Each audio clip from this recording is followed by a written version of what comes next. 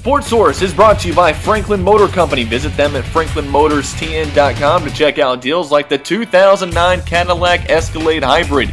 Only 76,000 miles, fully loaded with leather, DVD, backup camera, OnStar communication, Bose stereo system, heating and cooling seats, you name it. These are hard to find. Franklin Motor Company, your ride is here. All right, we're here back with Coach Corn here on Sports Source, brought to you by Franklin Motor Company here at Corner Pub in Franklin. And we just got done talking a little bit about the MLB and things that maybe we could change, but Columbia State, I wouldn't change too much. You guys had some success the last couple years. We'll talk a little bit about this past season. What a year you guys had. Yeah, we're very fortunate. We've had such great support there from the faculty, staff, and the community, and we had another record-breaking year. We set for the second time in the last 5 years, we have exceeded the program record for wins in a season, and we're just blessed and fortunate to have the opportunity to represent Columbia State the way we have the past few years.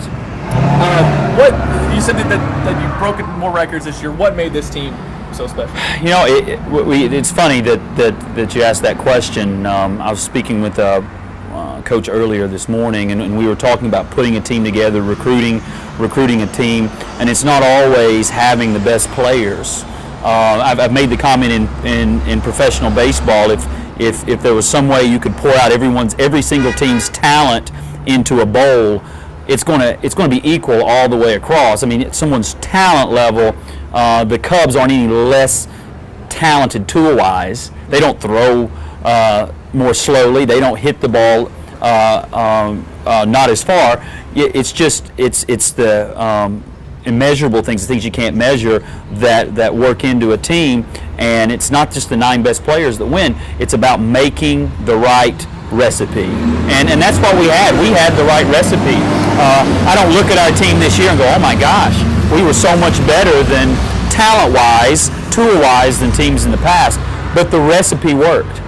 The recipe worked. We had very good starting pitching, yes, and we had players coming back that were in roles as freshmen, and they accepted those roles and mastered those roles, whether it's coming off the bench or coming out of the bullpen, and it was after starting 8-8 or whatever we started, and then we went 38 and whatever over the next several games. It was just a recipe that worked, and we were balanced and did everything okay, nothing great. Now, and you guys seem to find a way to win games too. Yeah. Games that you feel like Columbia State's out of this one. You know, they're down a few runs. Just being able to string together hits. You know, it wasn't always somebody hitting one out of the park. It wasn't always an extra base hit. Sometimes it was a guy getting on with an infield single, and the team, that's all it took. And the next thing you know, with 4 or 5 hits later, 2 runs across the plate, and you're back in the game. Yeah, but baseball's a very a game of very small streaks. You know, you talk about hitting streaks, but I'm talking about streaks of runs. About 80% of the time, that there'll be a team that score more runs in one inning than the other team won't score the entire game. You'll see a game 5-3, and one team scored 4 in one inning, and early in the season we were giving up the big inning. As the season progressed, we were able to have that 3 or 4 run inning, which put us in position to win a few baseball games. So you talk about the postseason. You guys win the state of Tennessee, and a little bit. Explain a little bit how that works. I mean, I was covering it, so I was trying to keep up with how you get to the regionals. Mm-hmm. Just explain, I guess, for the people who aren't too familiar with it. Our region is comprised of the 10 NJCAA teams in the state of Tennessee, and then we have a super regional called the East Central District. So most parents and kids coming out of high school are used to the district prior to the region. Right. So I was a little backwards. So most of the time I just call the second step the super regional, and it makes sense. But if you win the regular season in Georgia or Tennessee, you make it to the super regional. Okay. It's just a matter of seeding after that. Then you play your regional tournament, which the teams in your region are in, and the winner of that becomes the number 1 seed.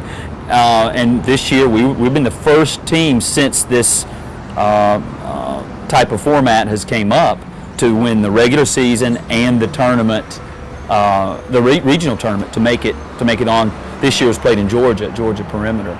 So there's 4 teams make the super regional in junior college.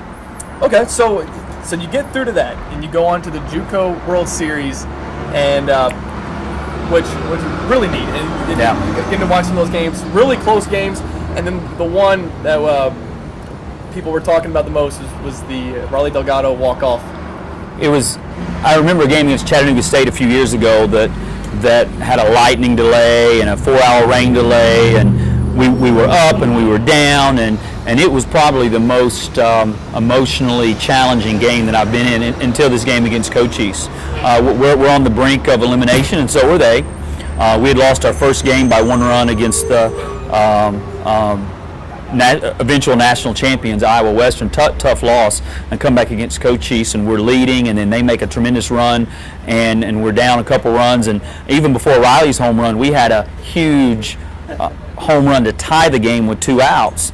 Austin Atwell from Clarksville, a local guy, hit a huge 2-run pinch hit home run. You know, everybody on the radio thought I was like some genius of a manager, and I was like, no, that's the only guy we had on the bench could hit it out of the park that was left. So you put him in. You had to have a home run with 2 outs, and he did it. And then for Riley to do it, such a great kid.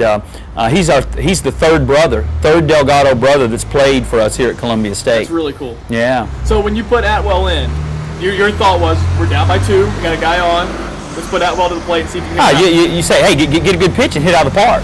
You get a good pitch, put a good swing on it. And did you tell him that before you stepped in? I couldn't tell you. I have no idea what I told him. Just like when they interviewed us, they said, Austin, what were you thinking? I have no idea. I was just blacked out. I have no idea. Just trying to put a good swing on it, you know. And you talk about doing it for your team and being ready when your number's called. And Austin had been a starter for us all year. He just wasn't starting that particular game, so it wasn't a tough move for us to make.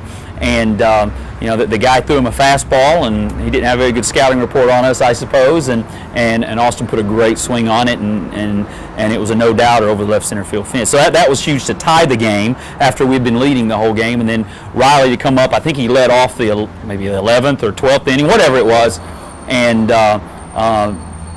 the left-hander had been just throwing breaking ball after breaking ball, and Riley was sitting on it, and he was a 2-pitch guy, and you sit on one or the other. When a guy's got 2 pitches, you sell out on one or the other, and when you get it, you try to put a good swing on it, and he did.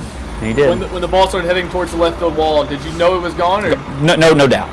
No, there was no doubt with his or Austin's.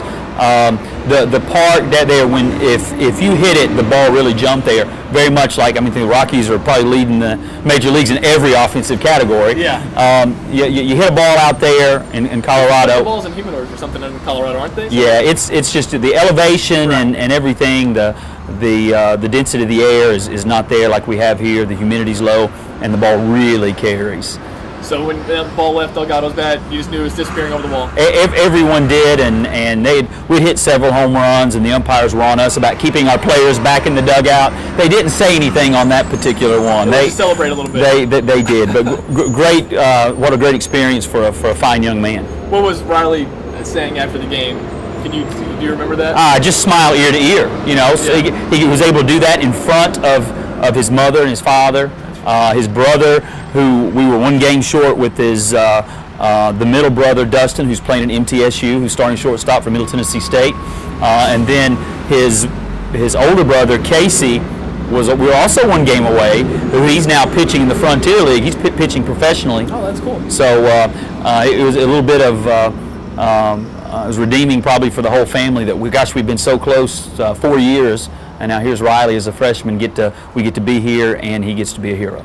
That is really cool. Do you remember what you were thinking at that moment Riley steps in? Or? Certainly didn't expect that. I probably made several joking comments to him throughout the season. Riley, would you get on top of a ball where you're not going to hit a home run your entire college career? You know, and yeah, Coach, I showed you. But he's not a power guy, but he is a very even keel, calm, cool, and collected guy. So the situation wasn't bigger than him. Now for the home run, I think that's baseball. It happened, but for him to put a good swing on a ball, it was expected. So, real quick before I let you go, there's something I want to know about when you're on the JUCO level and only getting players for 1 to 2 years. How tough is it for you guys to stay consistently good? Columbia State for the several years since you've been there have been pretty dominant, and every year, you were the coach of the year before, and 46 and 13 this past season, 6th in the nation. A few years ago, like you said, you were ranked 2nd in the country.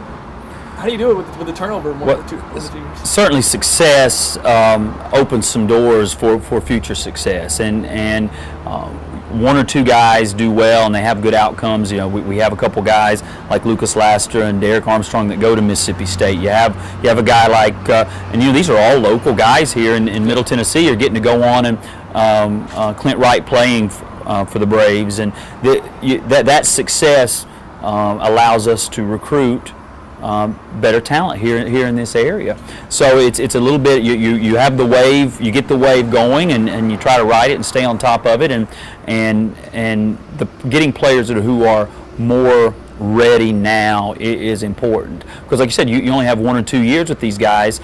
It's not they're going to make this huge jump athletically, so you have to try to find players that fit your style of play and try to have those guys developed in an expedited manner. So we have a few practices in the fall, and you have to make sure that they're going to play the way you want them to play, and then again, hopefully you have that right recipe. But we've been fortunate, and you lose half your team every year, at least. Yeah, at least. So with that said, thoughts on next year? We have a bunch of excited returners for sure. Yeah. So they went out there and they were able to get a taste and realize we were the only team that played the national champions even a game. Iowa Western, I think the closest game after our 1-run loss that they had was probably 6 or 7 runs. I mean, they walked through it, and those guys got a taste of that. We have a good class coming in. I think we're going to be very deep on the mound. We have the potential to be deep on the mound. I don't know if we'll be quite as offensive as we were with extra base hits and slugging percentage, but we're going to be athletic, we're going to be fast, and we'll see if we can turn that into and parlay this last season into another run at it. So we're excited. Yeah, I'm looking forward to covering you guys again next year. It was fun this year. Yeah. 46-13, 6th in the nation. That's not bad. It's good, and it's good for Middle Tennessee. You have Vanderbilt go to the World Series, win the World Series. Yeah. Cumberland go to the World Series, win the World Series. I think Lee went to the World Series.